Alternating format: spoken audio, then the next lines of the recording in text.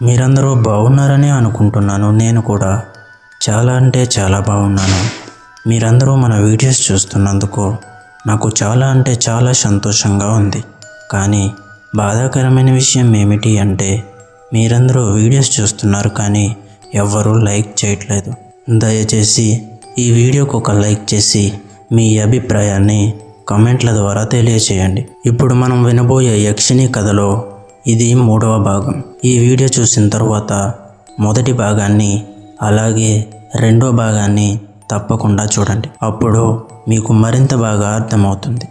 ఇక ఏమాత్రం ఆలస్యం లేకుండా వెళ్ళిపోదాం మన ఇవాల్టి దెయ్యాల కొంపలోనికి. గ్రామం మీద నల్లని మబ్బులు కమ్ముకొని గాలి అల్లకల్లోలమై గర్జిస్తున్న వేళ అఘోరి అడుగుపెట్టాడు.